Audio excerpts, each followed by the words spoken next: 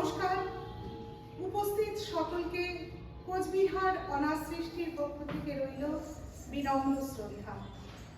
ভারত রঙ্গ মহোৎসবের 25 বছর পূর্তিতে আজকের সমাপ্তি অনুষ্ঠানে জনরঙ্গ ভারতে আজ নাটকের মেগা কার্নিভালে কোচবিহার মহিলা কলেজের অডিটোরিয়ামে আমরা কোচবিহার অনাথ সৃষ্টি উপস্থাপন করতে চলেছি আমাদের নাটক ভারতবর্ষ সোনার পাখি।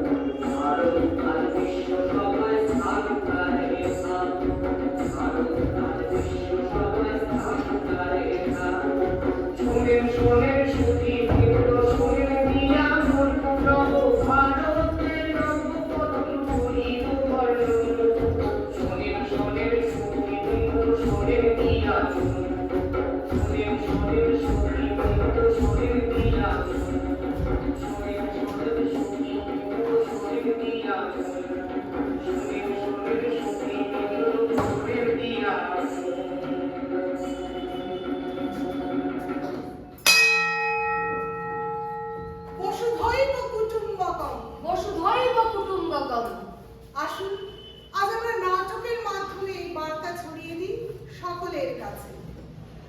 মানে নাটকের মাধ্যমে?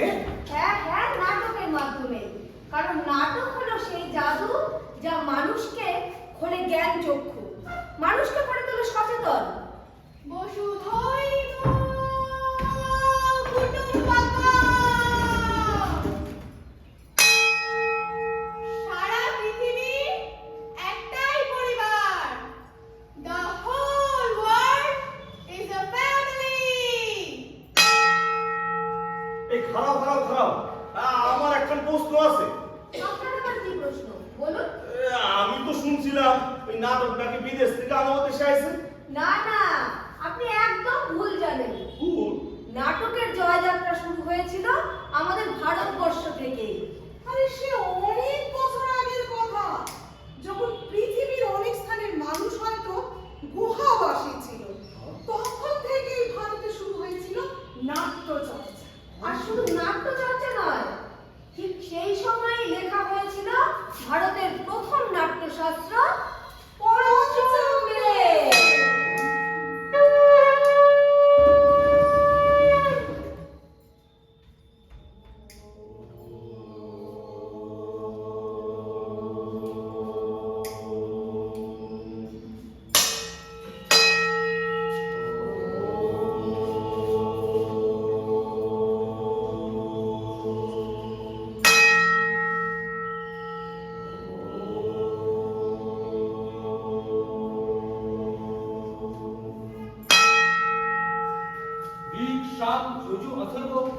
এই চার বেদ সম্পর্কে তো আমরা প্রায় সকলেই জানি, কিন্তু এই পঞ্চম বেদ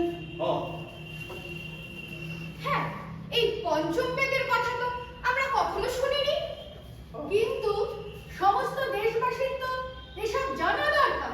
হ্যাঁ, আজ তাহলে আমরা সবাই পঞ্চম বেদের কথাই শুনি। কি বলো সকলে?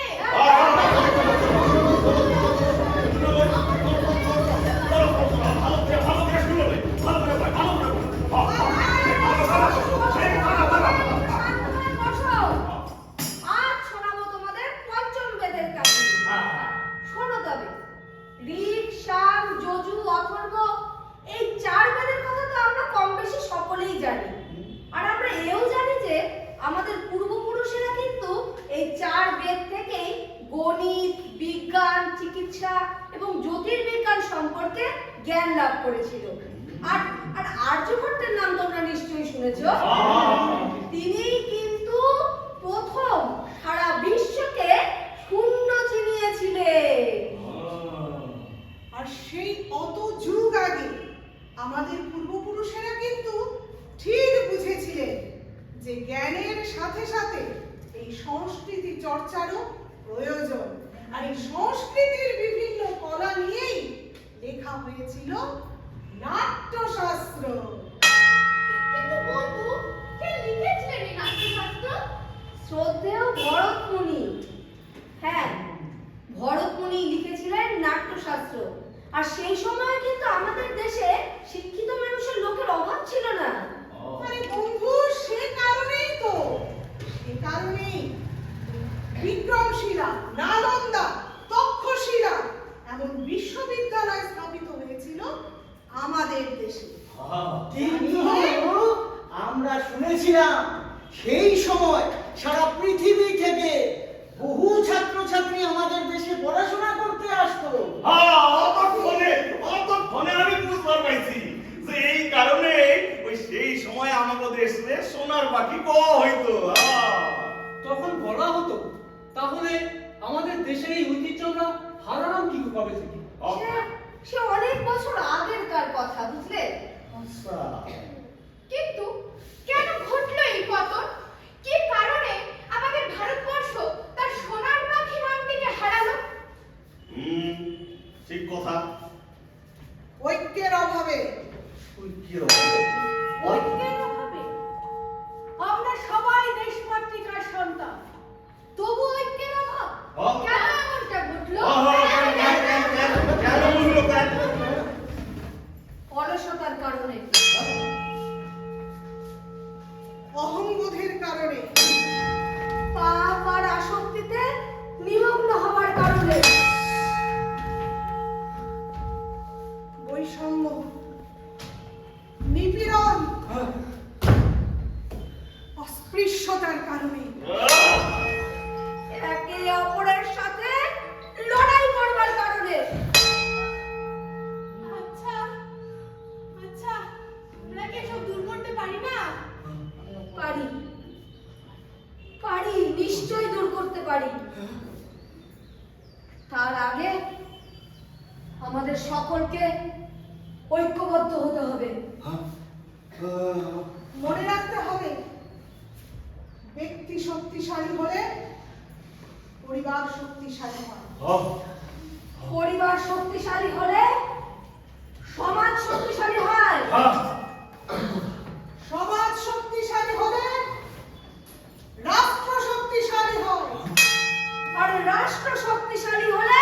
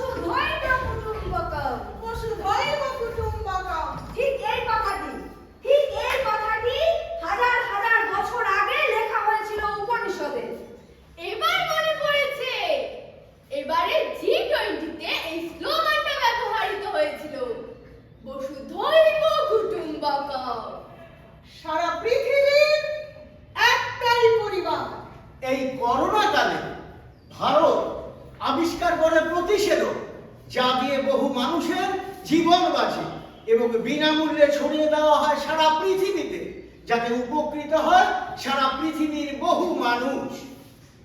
তার মানে বাঁচো আর সবাই মিলে বাঁচতে দাও, ওই বসুধৈব কুটুম্বকম।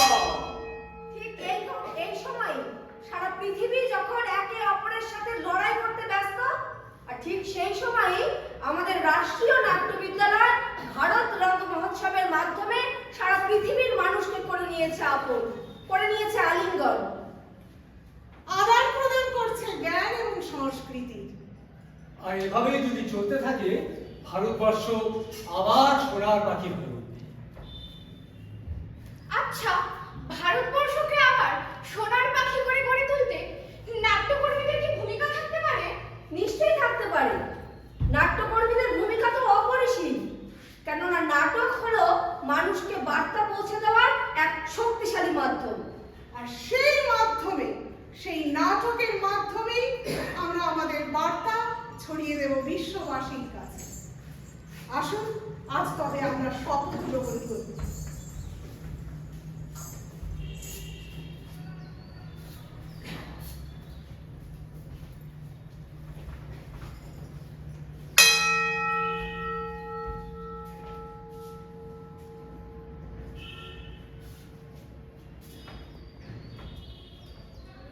শিক্ষার যে অসীম গুরুত্ব তা সবাইকে বোঝাতে হবে।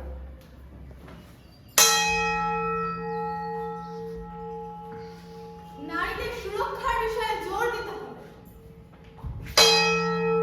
মাদক থেকে বর্তমান প্রজন্মকে দূরে রাখতে সহায়তা করতে হবে। অস্পৃশ্যতা, সাম্প্রদায়িকতা থেকে নিজেদের সচেতন করে তুলতে হবে। কন্যা ভ্রূণ হত্যা, নারী পাশা, ওই বিয়াতে যৌতুক নেওয়া বন্ধ করতে হইব। সকলকে বৈজ্ঞানিক দৃষ্টিভঙ্গিতে আগ্রহী করে তুলতে হবে।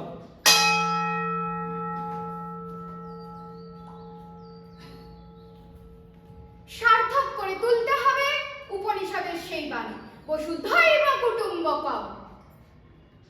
তবেই আমাদের ভারতবর্ষ সারা বিশ্বকে পথ দেখাবে, আলোর পথ, ভালোবাসার পথ, মানবতার পথ। আগামী 2047 সালে ভারতবর্ষ যখন স্বাধীনতার শতবর্ষ উদযাপন করবে, তখন সমগ্র বিশ্ববাসী, পৃথিবীর প্রতিটি দেশের প্রতিটি মানুষ ভারতবর্ষকে জানবে আমার সোনার পাখি হিসেবে।